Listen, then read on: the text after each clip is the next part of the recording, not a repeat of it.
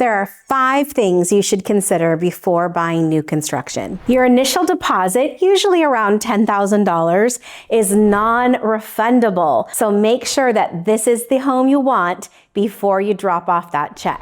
New construction heavily focuses on supply and demand, so the builder will only release a few units at a time. You might want a particular model, but only have a couple of lot selections available. You leave your initial deposit and you kind of settle for what you want, but maybe not 100%. And the next thing you know, a week later, they're releasing a whole bunch of lots and there's one that you like better. Yes, they will often let you change, but there could be a penalty. The last one that I experienced was $7,000 just to change a lot from another lot only 4 days later. So be aware. A good question to ask is, in the future, what lots will become available?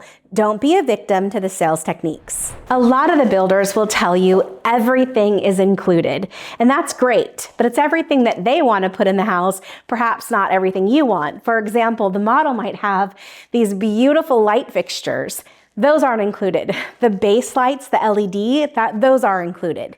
But also the flooring. You might really want luxury vinyl plank or hardwood floors, but the home comes as a base with tile door to door. Tile is ridiculously expensive to chisel out and replace, and they will not make an exception. So what do? They send you to the design center and ask, do you want fries with that shake? That's right. The upgrades can cost anywhere from $20,000 to $220,000 based on your personal tastes. Okay, let's say we've picked out our upgrades and we love the selections that we've made, but you know what? We really wanted those high-end finishes. If you invest $200,000 into your personal choices and for any reason need to sell the home within the next year or two, the value of the home will be the base price. You're not going to be able to purchase at one price, add $200,000 on top of that, and then try to sell and get your money back. So make sure that you're committed to the long haul before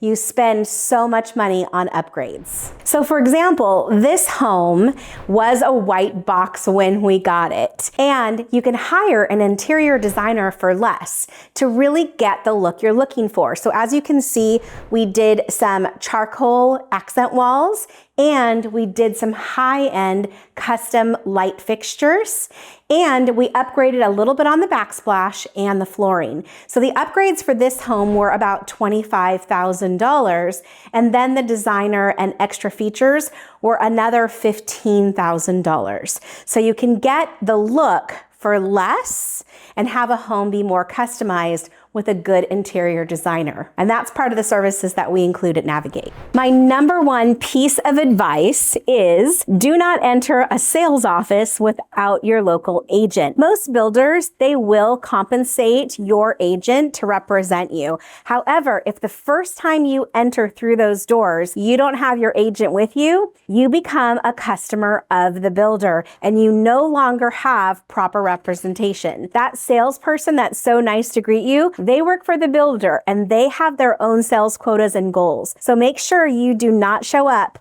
unrepresented. When buying new construction, it's always common that we would take a moment and look at the plot map to see how the home is positioned on the lot. But a really good piece of advice is also look at the plot maps of the neighbors behind you and next to you. You want to know how close your side yards are and how close the homes are to your particular lot. I often have seen someone surprised that a 2-story home is looking down into the backyard of the single-story home that the people were buying and they were not aware. So take a moment and look at all the placements of the homes around you. One of the things I always tell my clients is no matter what, do not miss the builder walkthrough. Oftentimes it happens a few weeks before you actually close escrow and you might be from out of the area. But this is when the builder walks you through and shows you exactly what all of the things on your home do. I learned so much through this walkthrough still after all these years.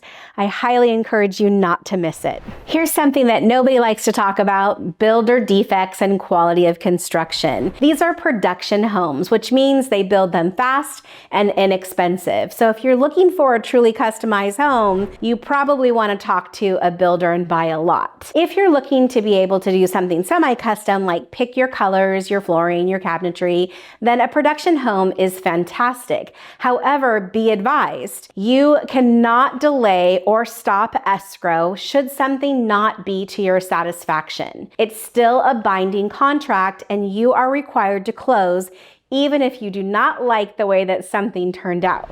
In summary, I'm a huge fan of new construction. If you understand the pitfalls and have an expert negotiating for you, I think it's a great experience. Who can resist the temptation of having everything brand new? Now, let's talk about negotiations and what an amazing real estate agent can do for you. Price is negotiable. If you are in a heavy seller's market, there might be limited options, but in a more neutral market like we're in right now, there is definitely room in the price. Always walk into a negotiation with somebody in your corner that understands going rate, market value, and where to make some key negotiation points. For example, in this community that we're standing in now in El Dorado Hills, I had a client that really was set at a specific budget, and the home was $70,000 more than what she could afford to be an all-cash buyer. With patience, time, and a lot of negotiations,